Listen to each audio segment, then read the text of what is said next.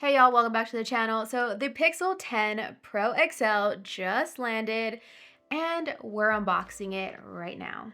Okay, so as you can see here, I did opt for the porcelain color this year. I am very sad that they no longer have this beautiful rose quartz color, but the porcelain will do.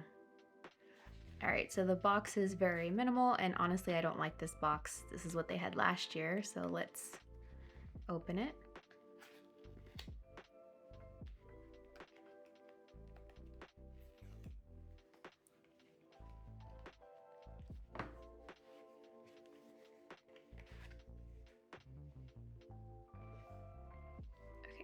And again, Google Pixel 10 Pro XL.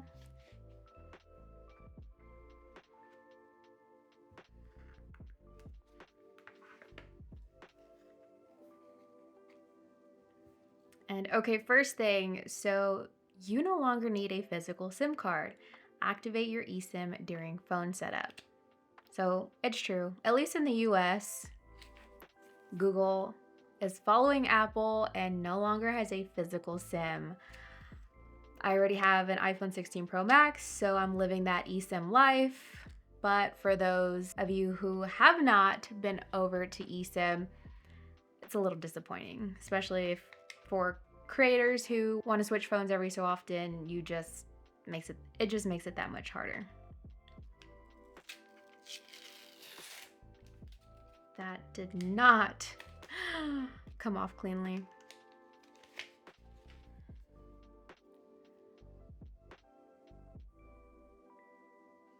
Okay, so here we go. Not much different from the 9 Pro XL. You can see the camera bar looks bigger. I don't know if you can tell. It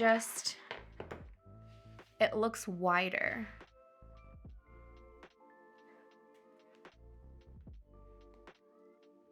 We still have the shiny railings, which I'm not a huge fan of. What else is in the box? USB-C to USB-C cable. I guess since there's no eSIM, or since there's no physical SIM, you don't need a SIM ejector tool. You do get this support pamphlet, but that is it. So cable and paperwork. So we'll put this to the side. So in the head, it is a little bit heavier than the 9 Pro XL, but I would say it definitely feels premium. We still have this matte finish on the back, which of course looks clean, and the frame is that polished metal with Gorilla Glass Victus 2 on both sides. Let's get it turned on.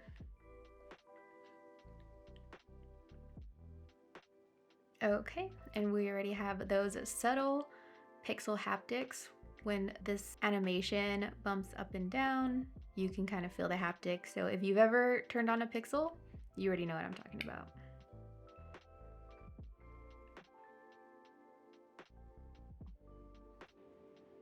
Okay, so we're transferring the SIM. So I already had the eSIM on the 9 Pro XL. So, I mean, I guess in that instance, it's convenient, but hopefully everything transfers well. Okay, so we got everything transferred over.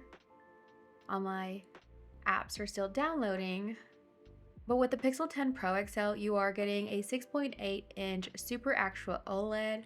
And this phone gets pretty bright. You're looking at 3300 nits, which is easily one of the brightest screens you can find on a phone. So if you use your phone a lot outdoors, this is gonna be absolutely great for that. And of course, that signature camera bar is still here. I know it's a love it or hate it kind of thing, but at least Google is consistent with that camera bar. And again, it is a little bit bigger than the one on the Pixel 9 Pro XL. You can kind of see the subtle difference there. It's just wider.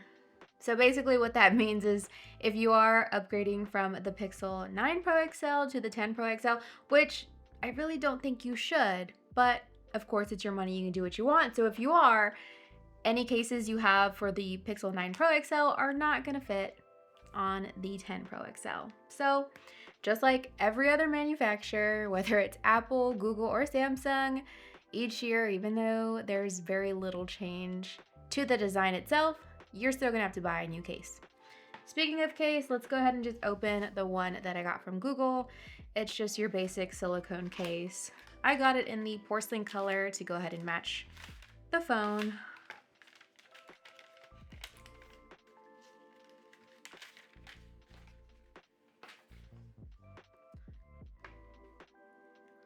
But for the phone itself, I mean, internally, we have the new Tensor G5 chip, which is now made by TSMC instead of Samsung. But from what I've seen on performance, yes, it's going to be more powerful than the Tensor G4 from the 9 series, but overall not that crazy, especially when compared to other phones on the market. But I think the most important thing to note is that the 9 series, even with the Tensor G4, this phone was really smooth. I had no issues with it whatsoever. I used it as a daily driver plenty of times and never felt that it wasn't powerful enough to do what I needed it to do.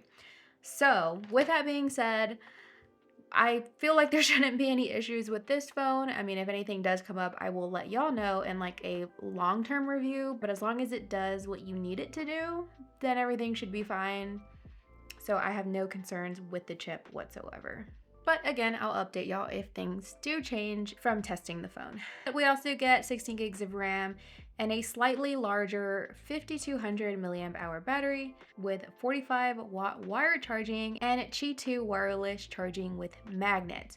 So what that means is we finally have MagSafe on the Pixel, like built into the phone. So of course, Google has its own name for it. It's called Pixel Snap, but it finally brings MagSafe-style accessories on board to the Pixel. So if you're oh so tempted to try an Android phone and you're coming from iPhone, all of your MagSafe accessories will work on this phone. So I actually have this wallet here, snapped on pretty easily, holding it by the wallet itself, and yeah, that feels pretty strong. So there we go. And just to prove that it's not the case, because you can buy MagSafe cases, again, on the bare phone itself. Again, just holding it by the wallet. It's not going anywhere. So I'm really happy to have that on this phone. Finally, again, we could buy cases that have MagSafe, but sometimes there's like a really cute case and I'm like, wow, I want that one. And unfortunately, it doesn't have a MagSafe compatibility built into the case. So I'm stuck just using a phone without MagSafe, which not a huge deal, but it is one of those things that's nice to have. Now, the camera hardware is pretty much the same. We have a 50 megapixel main, 48 megapixel ultra wide, and 48 megapixel 5x telephoto, but Google's pushing the AI hard this year. There's also ProRes zoom with up to 100 times digital with AI enhancement. We also have features like Camera Coach to help guide your framing. So I'm interested to see how that'll work. I think it's gonna be really helpful for husbands or something. You want them to take a cute picture of you. They don't really know. Husbands or boyfriends just really pick up the phone, just snap, and they're like, okay, can we go? So maybe that will be beneficial for them. I don't know if it would be beneficial for me, but we'll just kind of see how that goes. But it's nice to have. But here's some new stuff on the Pixel. So we'll have Magic Q info, and I'm actually really excited for that. It's gonna suggest useful information specific to your call and during chats. Magic Q in messages. So if someone texts you about meeting for lunch, but you can't remember the restaurant, if you have a reservation, it should be able to pull that information up from your email and give you that prompt to send back. So that's pretty cool. So there's the Camera Coach that I was talking about to learn how to take better photos with guided steps. Auto best take. So let's see, what does it show here?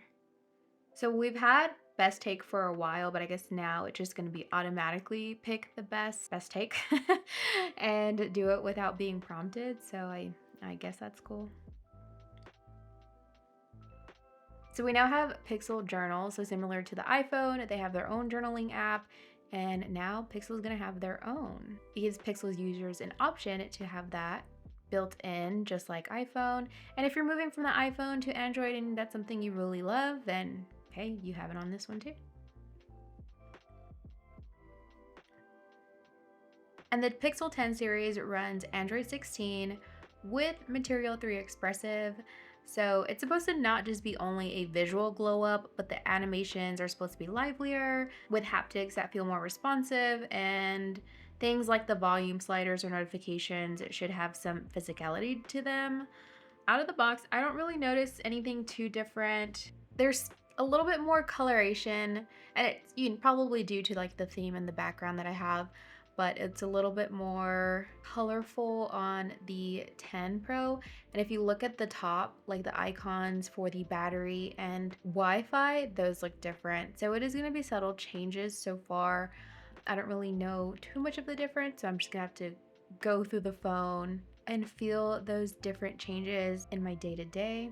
This is what it looks like so far. And shameless plug, if you like this background, it is part of one of my wallpaper packs that I will link in the bio, because sometimes people do ask about that, but I've got you covered. But aside from that, I mean, the main question is, should you upgrade to the Pixel 10 Pro, whether it's the Pro or the Pro XL? Well, if you're on something like the Pixel 6 or 7 or coming from another brand, this is an easy yes for upgrades. You are going to get good performance, AI features, and the new Pixel Snap accessories make it feel fresh and useful. But if you're already on the Pixel 9 Pro series, like I was, you don't need to upgrade. The Pixel 9 Pro XL still holds up really well, and honestly, I didn't even want to upgrade. I love this rose quartz color of my Pixel 9 Pro. It was absolutely my favorite, and yes, I'm a little bit sad to be trading it in, but as a creator, I like to stay current for reviews and comparisons, so I am excited about the new software experience and the Pixel Snap ecosystem.